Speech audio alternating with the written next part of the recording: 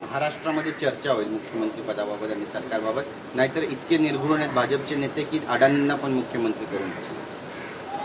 Sanjay Raut high command आहे, त्यांच्यावर प्रतिक्रिया देणं काही बरोबर नाही.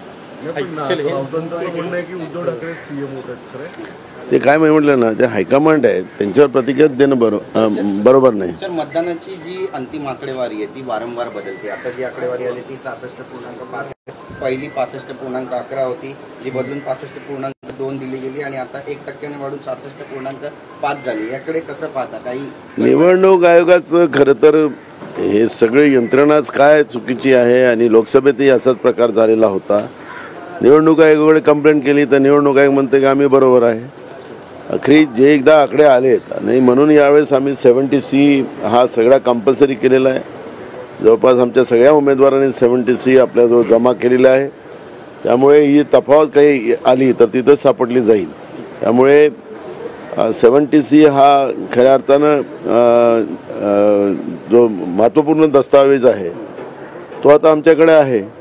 त्यामुळे मतदानाच्या वाढीच्या नंतरच्या प्रक्रियेमध्ये जे काही झालं निवडणूक आयोगच त्याला दोषी राहील. प्रकाश आंबेडकरांचं एक ट्विट आहे, ते म्हणतात की आम्ही सत्तेत, आमचे आमदार जर निवडून आले तर सत्तेत राहण्यास पसंत करते.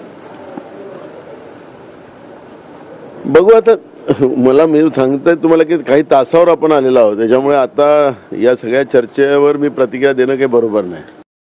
बताइए जरा क्या काल तुम्ही नव्हता आला त्यामुळे चर्चांना खूप उधाण आलंय की नाना बैठकांमधला गायब आहे.